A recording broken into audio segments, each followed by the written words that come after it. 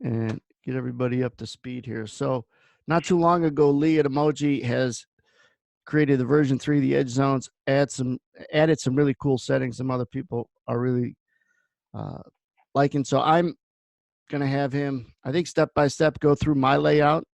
Also leave this open to be more of a Q&A session. Many of you guys have it. Many of you don't and are looking to get it. We'll give you access to that and everything. But this is a tutorial of kind of not edge zones, but the different settings and changes that are different and have been added from versions 1 and 2 to now 3 with Lee and myself. And so I think you guys will like this session. We were going to do it next week, but Lee was gracious enough to do it this week. And then if we have to do another one in a couple weeks or whatever, we'll do that too. But I think these are good events. So let me actually go to get rid of this and go to my chart and go to, I'll blow up. This is the room that normally people see, and this is the chart we're going to spend most of today talking about. Let me fast forward it to real time, which we're at. It's the S&P mini charts.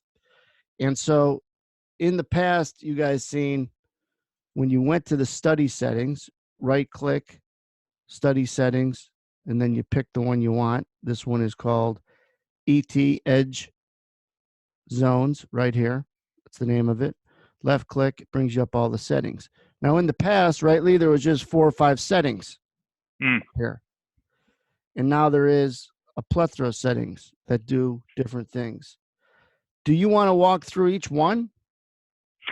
Yeah, I think let's start out by explaining how these groups together, because a lot of these settings are common to various emoji indicators, but like they're grouped together in logical blocks.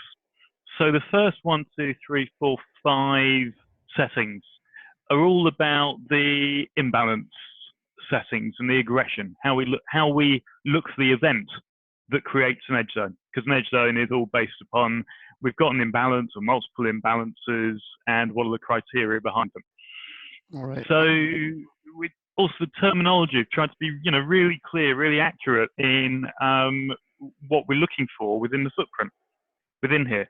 So the first input is the imbalance percentage. So it's the relationship between the diagonal bid and ask values in either direction. So that's the minimum imbalance we need to see for an edge zone to come into play. The next input is whether we compare zeros. So if we've got a 0 in the body of the bar, we can see that. I'm circling it. So we haven't highlighted the 250 as a sell imbalance. We've highlighted the 172 because that's relating to the 5 diagonally above it, but the 250 isn't highlighted because we're not counting the zeros. Now, one effect, if we do say, let's compare zeros, then we're going to get imbalances at the top and bottom price of the bar. So we've aligned ourselves with how Sierra chart deals with the footprint as well. We're kind of using exactly the same processing logic and terminology as to whether we compare zeros. Personally, I don't think we should be having something against a 0 within the body of a bar as the imbalance. What's more interesting is there's a 0. And, it jumps out all those other emoji indicators that also help you see that. So if indeed this was turned to yes, compare the 0 to this, there would be a red bar coming out here. Correct. Got it. All right. So the reason this one was this imbalance right above it, just so people understand. Got it. Makes sense. Yeah, but we've also got the potential that we will get imbalances at the top and bottom price levels on a bar if there's volume. So if we've got volume on the bid at the topmost price level on a candlestick, so in this candlestick, the 0 by 14. Okay. If the 0 had some volume, we'd be comparing diagonally to a 0 that's above it. So we'd actually highlight that as a sell imbalance, which is, to my mind, isn't so great. I get it. Yeah, because automatically taking an assumed 0. Exactly, but horses for courses. Well, you give people the option, which is nice. Exactly. So that that's what that input's doing. All right. Next one down, minimum volume. So this is the minimum volume we need on the aggressive side in order for the imbalance to pass through. So you can think of all these as filters. So where we've got the sell imbalance in the last but one candle, or the 161. Where's that at? This one? Right there. Yep. Wait, it's moving now. Hold on. I'll get it. This one? Yeah. So if you'd set the minimum volume to be 162, we wouldn't count it. If you'd set it to be 161, you would. So it's the amount of volume we want to see on the aggressive guy. Exactly. Yeah. All right. So for this one, to your point, if you set it to 163, you wouldn't see it. Although this isn't passing the 987% test either. No, I understand. It's not got a green line. Yeah. I got it. Yeah. Okay. And this is good, if you maybe want to filter out noise from the overnight session. But let's say this did have a green line. Yeah. But it was set to 163, then wouldn't have a green line because it's below the minimum volume. So the minimum volume, not combined, not a sum of, not a difference, just of the aggressive party. Exactly. So, and all of these are, greater than or equal to. So we try to make it nice and easy in terms of, what we're looking for. If you want to see at least 150 contracts, the minimum volume you want to put in there is 150. Perfect. And hopefully people would figure out that. But you never know. Then the next one, minimum bid ask delta. This is what we used to call min-diff. Okay. So it's the delta in terms of contracts on the imbalance. So it's the net difference between the aggressive buying and the aggressive selling at the imbalance price level. All right, so let's just look at this pair. 71, I'll change it. 71 to 2. The min-diff would be 69. Exactly. And let's say the 71 did put a green line. The min-diff was 68. It would qualify. Exactly. Okay. So the min-diff is taking the difference between the bid offer and comparing it to whether or not it fits the number you put in. Which one was it? This guy right here. Exactly. Ask. Yep. And then the final one, the minimum adjacent levels, it's the stacked imbalance. If we've got qualifying imbalances, how many do we want on top of each other in order to start highlighting them? Minimum adjacent levels. These are the stacked imbalances. Got it. 1, 2, 3. So if you want 2 instances, then the ones won't appear. It has to be back-to-back instances of aggressive buying or selling that would draw a green line across. Okay. I like that. But right back to the min-diff, because I get a question on this a lot. Min-diff, again, I'll go over this again with someone. Let's show an example up here, just upper left, through a little green line across. The min-diff here would be 370 minus 22, right? So 370 minus 22 is 48, right? Or I'm sorry, 348. Yep. So this number, if you had the min-diff set to 350, it would not appear, correct? Exactly. If you've got it to 348 or less, then it's going to appear. Perfect. So that was a good one. That appeared because our min-diff is only 150. But if we went 350, you wouldn't get that. So it's a way to incorporate volume in the imbalance. You want heavy volume and you want a good imbalance. Now, not necessarily heavy volume. You just want a good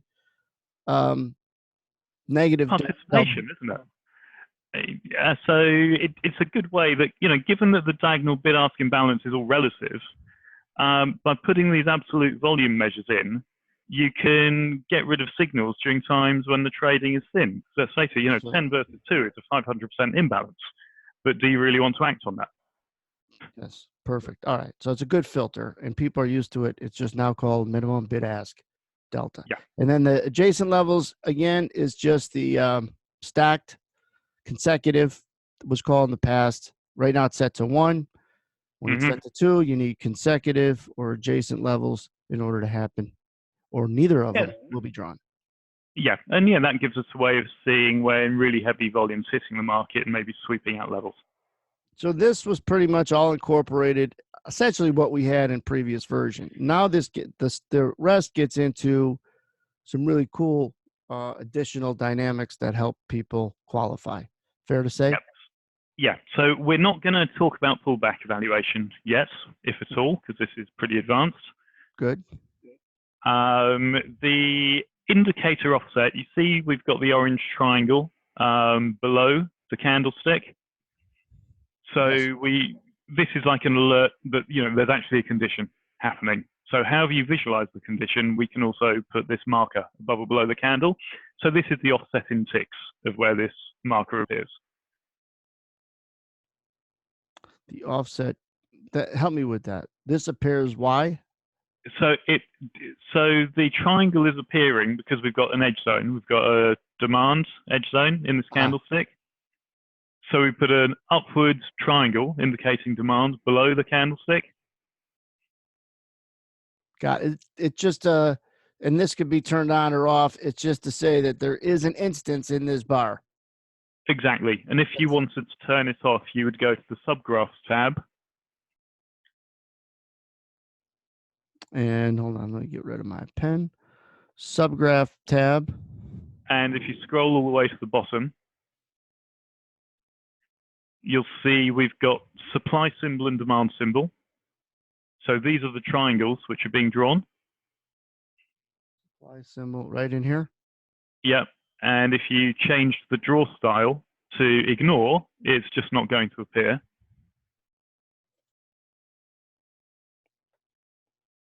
Yeah.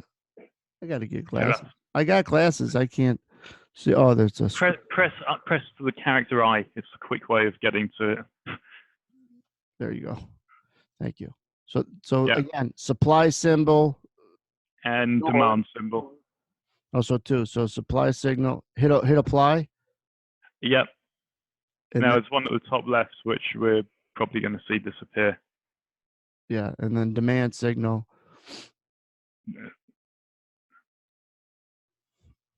This is on me. I've got a lot of charts running, and it's the height of the day. Well, while it's doing that, we can also look at these other subgraphs. We've also got this supply condition and demand condition, subgraphs 59 and 60. And you can use these for alerting. So we draw the triangle, if you so wish, using subgraphs 57 and 58. But subgraphs 59 and 60 will always evaluate to +1 if we've got a supply or demand condition. So you can start to use these for audio alerts in Sierra Chart. So you can write alerts using the alerts tab, and you'd basically, and it's kind of like Excel formulas. You'd be saying if either of those, so it's an OR condition. So your formula would be along the lines of OR, open brackets, SG59 equals 1, comma, SG60 equals 1, close brackets. That's going to make the study give you an alert when we've got an edge zone condition in either direction. Nice.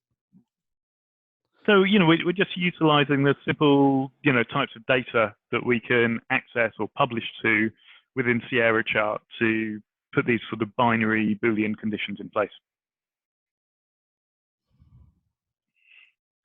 Oh, they're still. I see. Yeah, your machine's still hanging, isn't it? That's not good. All right, hold on a second.